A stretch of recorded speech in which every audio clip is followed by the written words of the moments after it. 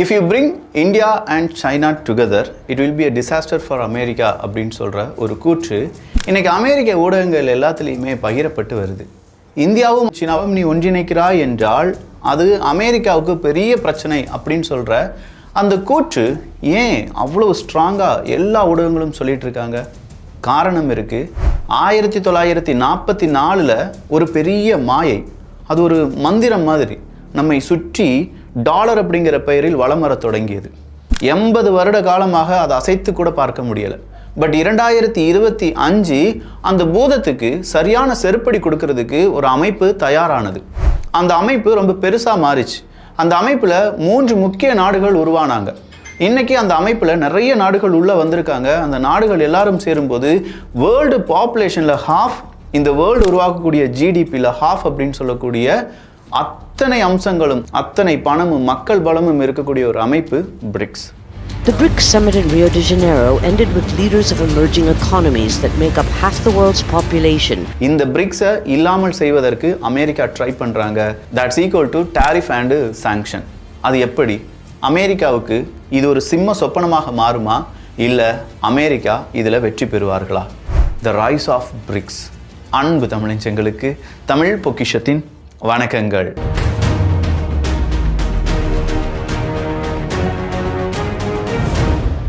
பிரிக்ஸோட வளர்ச்சி அப்படிங்கிறது உலக நாடுகளிடையே ஒரு பவர் ஷிஃப்ட் அப்படிங்கிறது உருவாக்குது. அதே மாதிரி நம்ம ஐடியாஸை இங்கிலீஷில் ரொம்ப கிளியராக எக்ஸ்பிளைன் பண்ணும்போது நம்ம ஜாப்லேயும் ஒரு பவர் ஷிஃப்ட் அப்படிங்கிறது உருவாகும். இப்படிப்பட்ட இங்கிலீஷை ஈஸியாக நீங்கள் கற்றுக்கணும்னு நினச்சிங்கன்னா இதை ஸ்கிப் பண்ணாமல் பாருங்கள். English poor but in office very important. How to improve it? நீங்க சொன்ன சென்டென்ஸ்ல மிஸ்டேக் இருக்கு, அது இப்படி கரெக்டா சொல்லுங்க. My English is not good and it's very important in my office. How can I improve it? இது புரிஞ்சுதா? இப்போ நீங்கள் பார்த்த மாதிரி பேசி தப்பு செஞ்சு உடனுக்குடனே கரெக்ஷனை கேட்டு கற்றுக்கும் போது தான் இங்கிலீஷை ரொம்ப ஈஸியாக எஃபெக்டிவாக நம்மளால் கற்றுக்கிட முடியும். இதுக்காகவே இந்த ஆப்பில் 1000க்கும் அதிகமான ஸ்பீக்கிங் ஆக்டிவிட்டிஸ் அப்படிங்கிறது இருக்குது.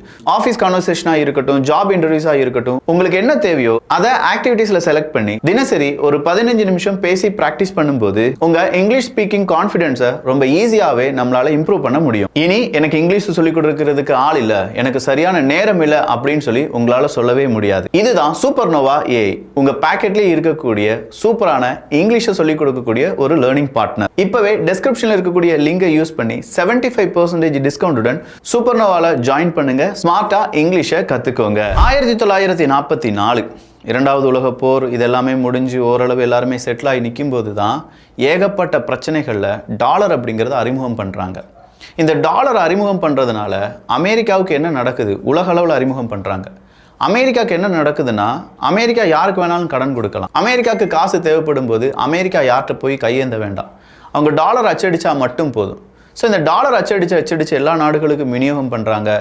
டாலர் இருந்தால் தான் இந்த பொருள் உனக்கு கிடைக்கும், டாலர் இல்லைனா உனக்கு அந்த பொருள் கிடைக்காது அப்படிங்கிற அந்த எண்ணத்துக்கு கொண்டு வராங்க. பெட்ரோ டாலர் அப்படின்னு சொல்கிறத நம்ம படிச்சிருப்போம். அதாவது கச்சா எண்ணெய் அன்றைக்கி எல்லா நாடுகளுக்கும் தேவை.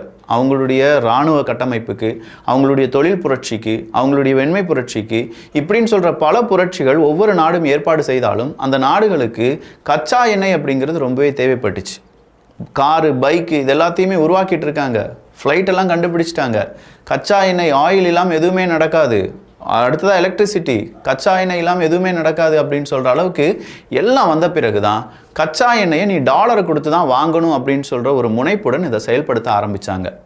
அரபுலக நாடுகளுக்கு தேவையான கேரண்டி, செக்யூரிட்டி கேரண்டியை நான் உனக்கு தரேன். எப்படி உக்ரைனுக்கு இப்போ செக்யூரிட்டி கேரண்டியை சில நாடுகள் சேர்ந்து கொடுக்க போகிறாங்களோ அதே மாதிரி அரபுலக நாடுகளுக்கு செக்யூரிட்டி கேரண்டியை நான் உனக்கு தரேன்.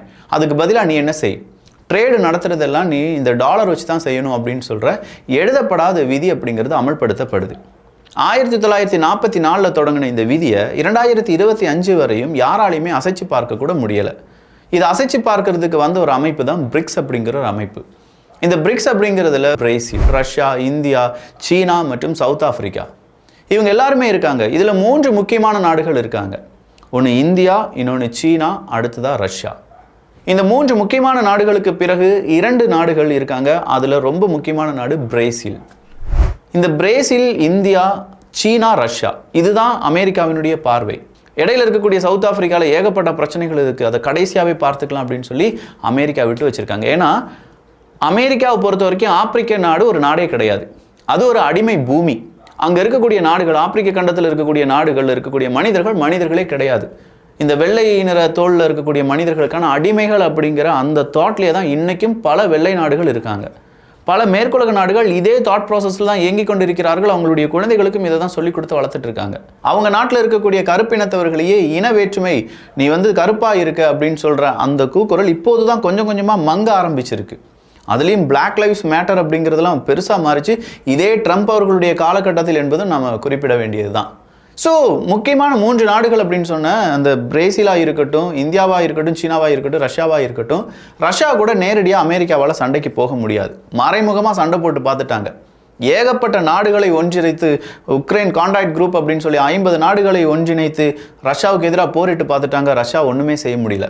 அவன் ஜாம்பவான் மாதிரி அழிக்க திரும்பி வரக்கூடிய ஃபீனிக்ஸ் பறவை மாதிரி வந்துக்கிட்டே இருக்கான். அதுவும் புட்டின் அப்படிங்கிற ஒரு தலைவனை வச்சுட்டு அவனை அழிக்கணும் அப்படின்னு நினச்சா நடக்குமா? முடியாது. ஸோ ரஷ்யாவை ஓரம் கட்டுவதற்கு அடுத்ததாக பிரிக்ஸில் இருக்கக்கூடிய நாடுகள் அவங்களுடைய பார்வையில் படுது.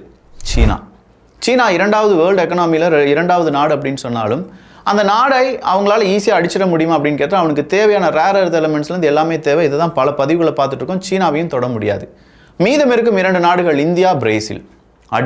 அவனை போட்டு அடிக்கிற அடியில் பிரிக்ஸ் நாடுகள் பிரிக்ஸுக்குள்ளே சேருவதற்கு ஒவ்வொரு நாடும் பயப்பட வேண்டும் அப்படிங்கிற லெவலுக்கு தான் இப்போ என்ன செய்ய ஆரம்பித்தாங்க. அமெரிக்கா இந்தியாவுக்கும் பிரேசிலுக்கும் எதிராக 50% டாரிஃப் அப்படிங்கிறத விதிக்க ஆரம்பித்தாங்க.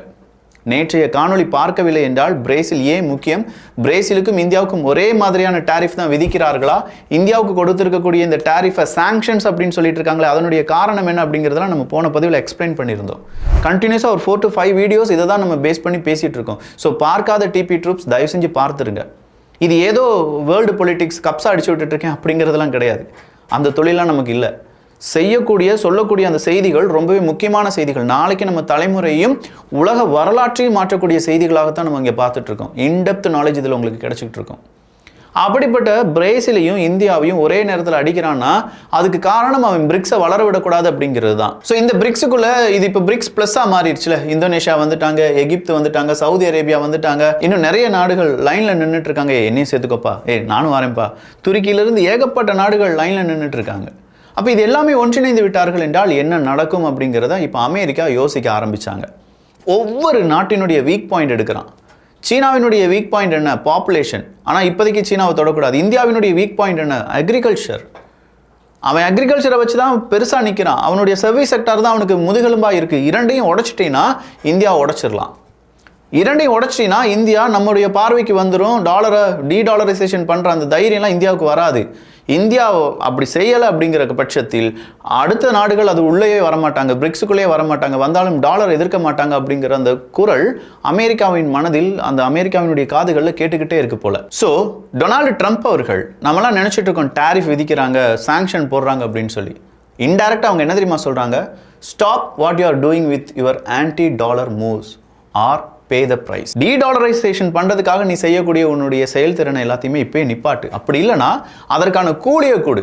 அதற்கான கூலியை அவன் என்ன சொல்கிறான்? Tariff 25%, extra penalty tariff sanction அப்படிங்கிற பேரில் 25%, 50% நீ எனக்கு கப்பம் கட்டு.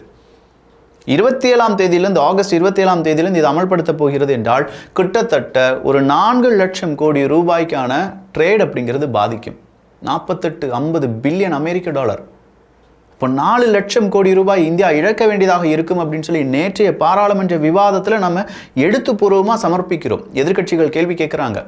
அமெரிக்கா நமக்கு எதிராக 50% டாரிஃபை விதிக்கிறார்கள் என்றால் நமக்கு எந்த மாதிரியான பாதிப்பு வரும் அப்படின்னு கேட்டால் கிட்டத்தட்ட 4 லட்சம் கோடி ரூபாய்க்கான பொருள், அந்த பொருளை ஏற்றுமதி செய்வதில் நமக்கு பிரச்சனைகள் உருவாகலாம் அப்படின்னு சொல்கிறாங்க. அப்போ இந்த 4 லட்சம் கோடி ரூபாயை நம்ம காப்பாற்றணும்னா என்ன செய்யணும்? ஐயா, இந்த பிரிக்ஸில் இந்த மாதிரி கரன்சிலாம் நாங்கள் யூஸ் பண்ண மாட்டோம், ஐயா டாலருக்கே வந்துடுறோம் அப்படின்னு சொல்லி நிற்கணும். பட் இந்தியா என்ன சொல்கிறாங்க? என்னுடைய விவசாயிகளுக்கு எதிராக, என்னுடைய நெசவாளிகளுக்கு எதிராக நீ என்னதாவது ஒரு முடிவை எடுக்க சொல்கிறீங்கன்னா என்னால் முடியாது. 50% டாரிஃபா, அதுக்கான அடுத்த கட்ட நடவடிக்கை என்ன அப்படிங்கிறத நாங்கள் பார்க்க போகிறோம் அப்படிங்கிற அந்த எய்ம் தான் இந்தியாவுக்கு இருக்குது. அதனால தான் வாத்தி ஜெய்சங்கர் அவர்கள் நேராக ரஷ்யாவுக்கு போகிறார், பேச்சுவார்த்தையில் ஈடுபடுறார். National security advisor Ajit Doval அவர்கள் ரஷ்யாவுக்கு போகிறார், பேச்சுவார்த்தையில் ஈடுபடுறார். அமெரிக்காவை அடிக்கணும்னா கரெக்டான ஒரு நபர் வேணும். அந்த நபர் ரஷ்யாவாக தான் இருக்கும். இப்போ ரஷ்யாவை ஸ்ட்ராங் பண்ண வேண்டியது இந்தியாவினுடைய கடமை. இந்தியாவை ஸ்ட்ராங் பண்ண வேண்டியது பிரேசிலினுடைய கடமை. இந்தியாவையும் பிரேசிலையும் ஸ்ட்ராங் பண்ண வேண்டியது பிரிக்ஸினுடைய கடமை. பிரிக்ஸை சரிவர நடத்த வேண்டியது சீனாவினுடைய கடமை. இப்படின்னு சொல்லி இதனுடைய பிணைப்புகள் அப்படிங்கிறது நீண்டுக்கிட்டே போகுது. நீ சொல்கிற மாதிரி அப்படி யாருமே பெருசாக டாலரை டீடாலரைசேஷன் பண்ணலை விக்கி அப்படின்னு கேட்டால், பொதுவாக இந்த வீடுகள் புது வீடுலாம் கட்டிட்டாங்கன்னு பணக்காரங்களாம் வீடு கட்டிட்டாங்கன்னு வச்சுக்கோங்களேன், இந்த பெட்ஸ் கண்ட்ரோல் இல்லாட்டி இந்த மாதிரி குட்டி குட்டி பூச்சிலாம் வர்றதுக்காக கண்ட்ரோல் பண்ணுறோம் அப்படின்னு சொல்லி பல கெமிக்கல்ஸை தெளிப்பாங்க. ஏன் தெரியுமா?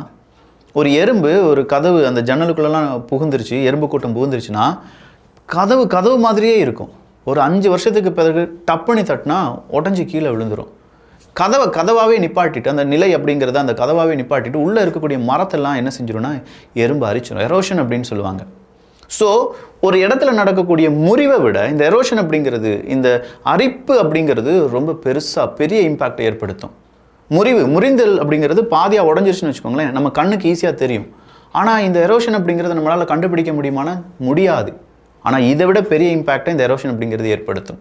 அந்த மாதிரி இப்போ டாலர் என்ன செஞ்சுருக்காங்கன்னா தேய்ந்து கொண்டு இருக்கிறது. அதுக்கு சிறந்த உதாரணம் என்ன தெரியுமா? பல நாடுகளிலும் டாலரை அவங்களுடைய ரிசர்வாக வச்சுருந்தாங்க. கிட்டத்தட்ட 70% ரிசர்வாக வைத்திருந்தது என்ன அப்படின்னு பார்த்தீங்கன்னா டாலர் தான் வச்சுருந்தாங்க. ஆனால் 2021 2025 கணக்கை நீங்கள் எடுத்து பார்த்தீங்கன்னா அது வெறும் 58% குறைஞ்சிருக்கு. எல்லா நாடுகளும் டாலர் டிபெண்டன்சி அப்படிங்கிறத விட்டு விலகி போகிறாங்க. இந்த உண்மை நமக்கு வேணால் தெரியாமல் இருக்கலாம். வெளியிலேருந்து பார்க்கறதுக்கு கதவாக இருக்கே, ஜன்னலாக இருக்கே, உள்ள பிரிக்ஸ் அப்படிங்கிற ஒரு அமைப்பு அதை அரிச்சுக்கிட்டே இருக்கு அப்படிங்கிற உண்மையை புரிஞ்சுக்கிட்டாங்க அமெரிக்கா. ஸோ பிரிக்ஸ் அப்படிங்கிறது சாதாரணமாக உருவாகவில்லை. அது போருக்கானதோ ஆயுதத்துக்கானதோ ஒரு நாட்டை அழிப்பதற்காகவோ உருவாக்கப்பட்டது அல்ல. பிரிக்ஸ் சொல்றது எக்கானமியாக இருக்கக்கூடிய மிகப்பெரிய ஒரு அமைப்புனா அது பிரிக்ஸாக தான் இருக்கும் அப்படின்னு சொல்கிறாங்க. ஏகப்பட்ட அமைப்பு இருக்குது. ஏஷியான் அமைப்பு இருக்குது, G7 இருக்குது, G20 இருக்குது. அப்புறம் எதுக்குடா பிரிக்ஸ் அப்படிங்கிற ஒரு கேள்வி இருந்துச்சுன்னா, அந்த நாடுகள், அந்த பிரிக்ஸில் இருக்கக்கூடிய நாடுகள் ஒவ்வொன்றும் இந்த டீடாலரைசேஷன் பண்ணுறதுக்கான முயற்சிகளை மேற்கொள்கிறாங்க அப்படிங்கிறத இப்போ நம்ம பார்க்க போகிறோம். பிரேசில் அவங்களுடைய கமோடிட்டி ஒன்லி எக்கானமியிலிருந்து இப்போ என்ன செய்கிறாங்கன்னா இண்டஸ்ட்ரி மற்றும் சர்வீஸ் பேஸ்டாக அவங்களுடைய ஒட்டுமொத்தமான ஸ்ட்ரக்சரை மாற்றிட்டு இருக்காங்க. கமோடிட்டி மட்டும் கிடையாது, இனிமேல் இண்டஸ்ட்ரி சர்வீஸ் இது எல்லாத்தையுமே நாங்கள் ப்ரொவைட் பண்ணுறோம் அப்படின்னு சொல்லி பிரேசில் திரும்புகிறாங்க. ரஷ்யாவை பொறுத்த வரைக்கும் அவங்களுடைய ரிசோர்ஸஸ் அப்படிங்கிறது ரொம்பவே ஹெவி. அதனால் அவங்க என்ன செய்கிறாங்கன்னா அவங்களுடைய ஒட்டுமொத்தமான பிஸ்னஸையும் டைவர்சிஃபை பண்ணுறாங்க. ஆயில் மட்டும் கிடையாது ரஷ்யாவை பொறுத்த வரைக்கும். இப்போதைக்கு ஆயில் மட்டும் அப்படின்னாலும் அவங்களுடைய டைவர்சிஃபிகேஷன் அப்படிங்கிறது ஆர்டிக் ரூட்லேருந்து பல நாடுகளையே ஒன்றிணைக்கக்கூடிய கனிம வளங்கள், ரிஃபைன்ஸ் இது எல்லாமே சேரும். அடுத்ததாக இருக்கக்கூடியது இந்தியா. இந்தியாவை பொறுத்த வரைக்கும் manufacturing and tech power house அப்படின்னா அது யாருன்னா இந்தியாவாக தான் இருக்கணும் அப்படிங்கிறத இந்தியா இப்போ முனைப்புடன் செயல்படுத்தி கொண்டு இருக்கிறார்கள். ஸோ ரியல் பவர் ஹவுஸ் அப்படிங்கிறது இந்தியாவாக தான் இருக்கும் அப்படிங்கிறது இந்தியாவினுடைய நிலைப்பாடு. சீனாவை பொறுத்த வரைக்கும் அவங்க வேர்ல்டு லார்ஜஸ்ட் எக்கனாமியாக இருக்கட்டும், அதே மாதிரி இட்ஸ் பெர் கேபிட்டா இன்கம் அப்படிங்கிறது வெஸ்ட்டை விட லோவராக இருந்தாலுமே சைஸ் அப்படிங்கிறது அன்மேட்சபிள். பல மேற்குலக நாடுகள் சீனாவை எதிர்ப்பதற்கு பயப்படுவாங்க. எல்லா ப்ராடக்ட்ஸும் மேட் இன் சீனா அப்படிங்கிறத நம்ம பார்க்க முடியுது. இன்றைக்கி நான் யூஸ் பண்ணிட்டு இருக்க இந்த மைக்கிலேருந்து ஈவன் இந்த டிஷர்ட் கூட, ஈவன் அந்த எல்லாமே அந்த டிஷர்ட்டில் ஏதாவது ஒரு நூலிலை கூட மேட் இன் சீனாவாக இருக்க வாய்ப்புகள் இருக்குது. ஸோ அதையும் தாண்டி நம்ம மேனுஃபேக்சர் ஹப்பாக மாறிட முடியுமா விக்கி அப்படின்னு கேட்டால், நமக்கு இருக்கக்கூடிய ரிசோர்ஸில் நம்மளால் மாற முடியும். எல்லா ப்ராடக்ட்ஸும் இந்தியா தான் மேனுஃபேக்சர் பண்ணணும் அப்படின்னு நம்ம சொல்லலை. பட் நம்மளால் என்ன முடியுமோ அதை நம்ம மேனுஃபேக்சர் பண்ணி மேக் இன் இந்தியா திட்டத்தை வெற்றி அடைய வைப்பது அப்படிங்கிறது கண்டிப்பாக நமக்கு தேவையான ஒன்று அப்படிங்கிறத மறுக்கவே முடியாது. இது காலத்தின் கட்டாயமும் கூட. சவுத் ஆப்பிரிக்காவை பொறுத்த வரைக்கும் அவங்க இண்டஸ்ட்ரியல்ஸ் அப்படிங்கிறதெல்லாம் ரொம்பவே லோவாக தான் இருக்குது. ஏகப்பட்ட பிரச்சனைகளை மேற்குலக நாடுகள் உருவாக்கி வச்சிருக்கிறதுனால பட் அதுலேருந்து கொஞ்சம் கொஞ்சமாக மீண்டெழும்பி வருகிறார்கள். ஸோ இதில் நான் சொன்ன இந்த 4 நாடுகள் இருக்காங்கல்ல, இவங்க என்ன செய்கிறாங்க?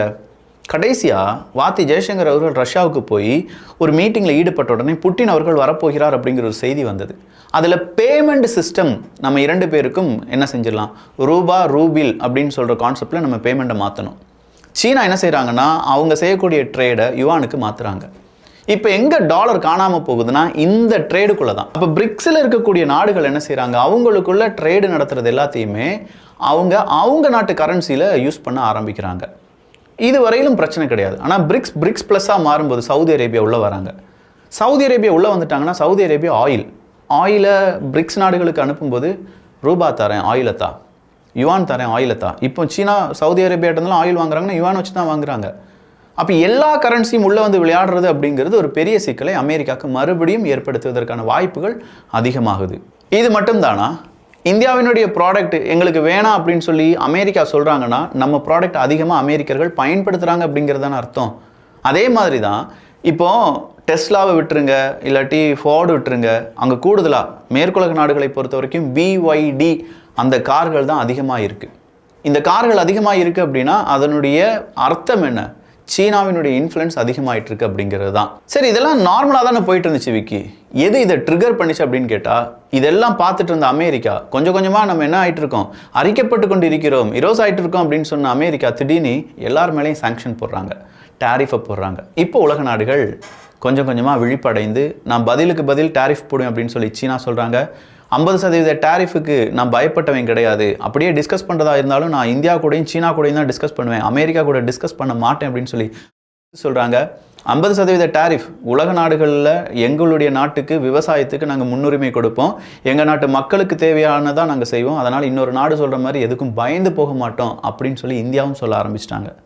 ரஷ்யா சொல்லவே வேணாம், மக்கா உனக்கு ஏதாவது பிரச்சனைனா நேராக உன்னுடைய பொருளை ரஷ்யாவுக்கு ஏற்றுமதி செய்ய, இல்லாட்டி வேறு ஏதாவது ரூட்டை கண்டுபிடிப்போம் அப்படின்னு சொல்லி நம்ம ரீரூட் பண்ண ஆரம்பிச்சிட்டோம்.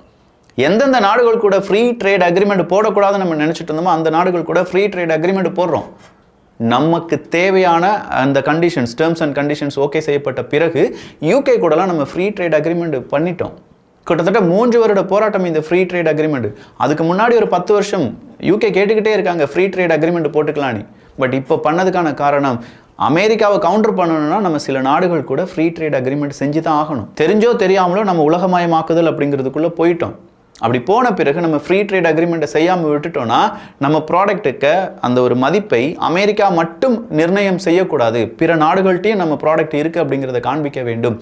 எனவே நம்ம ப்ராடக்ட் குவாலிட்டியாக இருக்கணும், நல்லபடியாக குவான்டிட்டியாக நம்ம செய்யணும் அப்படிங்கிற அந்த தீம் நம்ம நாட்டில் இப்போ பெருசாக பரவ ஆரம்பிச்சிருக்கு. நிறைய என்டர்பிரனர்ஸ், நிறைய ஸ்டார்ட் அப் நம்ம நாடுகளில் வர ஆரம்பிச்சிருச்சு. முதல்ல அமெரிக்காவில் வேலைக்கு போனவங்க, UKக்கு வேலைக்கு போனவங்க இன்றைக்கி என்ன செய்கிறாங்கன்னா, நம்ம ஊரில் ஏதாவது ஒரு வேலையை செஞ்சு ஒரு பெரிய இண்டஸ்ட்ரியில் தொடங்கி, ஒரு பெரிய IT கம்பெனியை தொடங்கி இப்படின்னு சொல்லி எல்லாருமே இங்கே முதலாளியாக மாற ஆரம்பிச்சிட்டாங்க.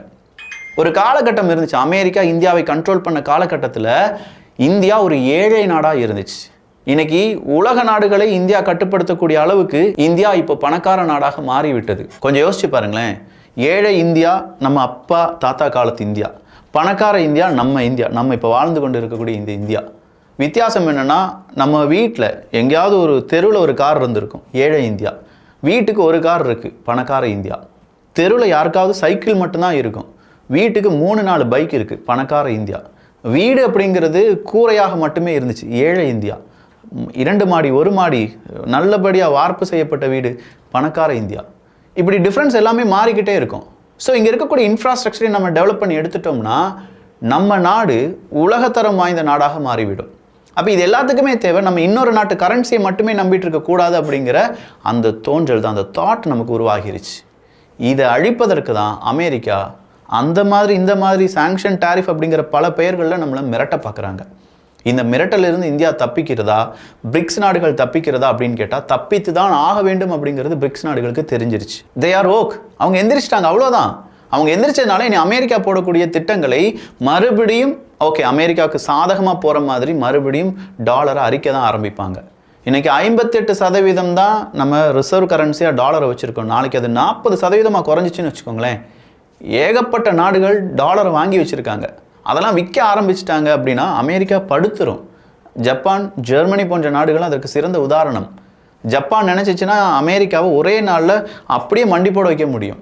காரணம், அவங்கக்கிட்ட அவ்வளோ டெப்ட்டு பாண்ட்ஸ் எல்லாமே இருக்குது, சீனாட்ட இருக்குது டெப்ட் பாண்ட்ஸ் எல்லாமே. இது எல்லாம் தான் உலக அரசியலினுடைய மிக முக்கியமான கன்னிகள். ஸோ ஒவ்வொரு கன்னியாக இப்போது அவிழ்கிறது, அதில் முக்கியமான இடத்தை இந்தியாவும் வகிக்கிறது. பார்க்கலாம் அடுத்ததாக என்ன நடக்குது அப்படின்னு சொல்லி. So the rise of BRICS அப்படிங்கிறதுல ரொம்ப முக்கியமான சப்ஜெக்டை நிறைய பார்த்துருக்கோம். இந்த காணொலி பற்றி உங்களுடைய கருத்துக்கள் இங்கே வரவேற்கப்படுகின்றன. நான் முதலே சொன்ன மாதிரி சூப்பர்னோவா AI ஸ்போக்கன் இங்கிலீஷ் கோர்ஸில் ஜாயின் பண்ணால் கீழே இருக்கக்கூடிய லிங்கை யூஸ் பண்ணிக்கோங்க. 75% வரை டிஸ்கவுண்ட் கிடைப்பதற்கான வாய்ப்புகள் இருக்கு. எல்லோரும் தமிழ் பட்சத்தில் இணைந்திருங்கள். நல்லதை பகிர்ந்து நல்ல சமுதாயத்தை உருவாக்குவோம். நன்றி, வணக்கம்.